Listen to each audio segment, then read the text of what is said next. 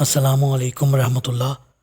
سورہ آل عمران مدنی صورت، چوتھے سپارے کا دوسرا رکوع، آیت نمبر 102 سے 103۔ اعوذ باللہ من الشیطان الرجیم، بسم اللہ الرحمن الرحیم۔ یا ایھا الذین آمنوا اتقوا اللہ حق تقاتہ ولا تموتن الا وانتم مسلمون۔ اے ایمان والو، اللہ سے ایسے ڈرو جیسے اس سے ڈرنے کا حق ہے، اور تمہیں موت نہیں آنی چاہیے مگر اس حال میں کہ تم مسلمان ہو۔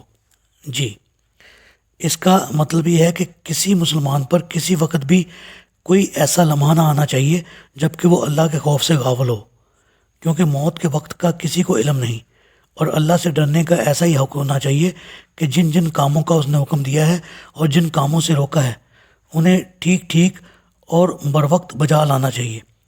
اب یہ ظاہر ہے کہ دنیاوی دندوں میں مشغول رہ کر اتنی احتیاط ملحوظ رکھنا بسا اوقات مشکل ہو جاتا ہے۔ چنانچہ جب یہ آیت نازل ہوئی تو صحابہ بہت گھبرائے اور عرض کیا کہ اس قدر احتیاط کس سے ممکن ہے۔ اس وقت سورہ تغابن کی یہ آیت نازل ہوئی، فاتقوا اللہ ما استطعتم، یعنی ممکنہ حد تک اللہ سے ڈرتے رہو۔ وَاعْتَصِمُوا بِحَبْلِ اللَّهِ جَمِيعًا وَلَا تَفَرَّقُوا وَاذْكُرُوا نِعْمَتَ اللَّهِ عَلَيْكُمْ إِذْ كُنْتُمْ أَعْدَاءً فَأَلَّفَ بَيْنَ قُلُوبِكُمْ فَأَصْبَحْتُمْ بِنِعْمَتِهِ إِخْوَانًا وَكُنْتُمْ عَلَى شَفَا حُفْرَةٍ مِّنَ النَّارِ فَأَنْقَذَكُمْ مِنْهَا كَذَلِكَ يُبَيِّنُ اللَّهُ لَكُمْ آيَاتِهِ لَعَلَّكُمْ تَهْتَدُونَ۔ اور اللہ کی رسی کو مضبوطی سے تھام لو اور تفرقے میں نہ پڑو، اور اللہ کی اس نعمت کو یاد کرو جو اس نے تم پر اس وقت کی جب تم ایک دوسرے کے دشمن تھے، پھر اللہ نے تمہارے دلوں میں الفت ڈال دی تو تم اس کی مہربانی سے بائی بائی بن گئے، اور تم تو آگ کے گڑھے کے کنارے پر کھڑے تھے کہ اللہ نے تمہیں اس سے بچا لیا۔ اللہ تعالیٰ اسی انداز سے اپنی نشانیاں بیان کرتا ہے تاکہ تم راہ راست کو پا سکو۔ جی،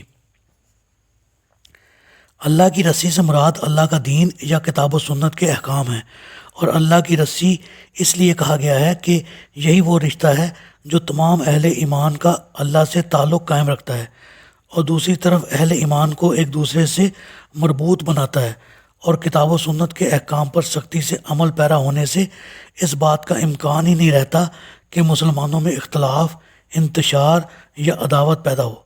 لہٰذا مسلمانوں کو چاہیے کہ اپنی تمام تر توجہ دینی تعلیمات پر مشغول رکھیں اور فروعی مسائل میں الجھ کر امت مسلمہ میں انتشار پیدا کر کے فرقہ بندیوں سے پرہیز کریں۔ جس وقت پورے عرب میں قبائلی نظام رائج تھا اور لوٹ مار اور قتل و غارت کا بازار گرم تھا، کوئی حکومت یا عدالت سرے سے موجود ہی نہ تھی جس کی طرف رجوع کیا جا سکتا۔ اگر کسی قبیلے کا کوئی آدمی قتل ہو جاتا تو مقتول کا قبیلہ اس وقت تک چین سے نہ بیٹھتا تھا جب تک اس کا انتقام نہ لے لیتا۔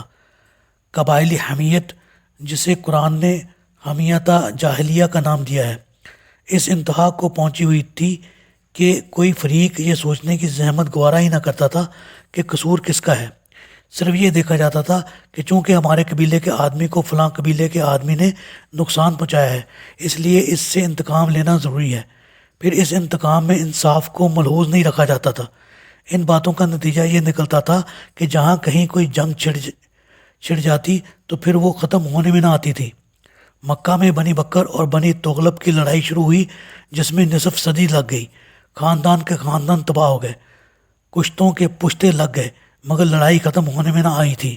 تقریباً ایسی ہی صورت مدینہ میں اوس اور خزرج کے درمیان جنگ بواس کی تھی۔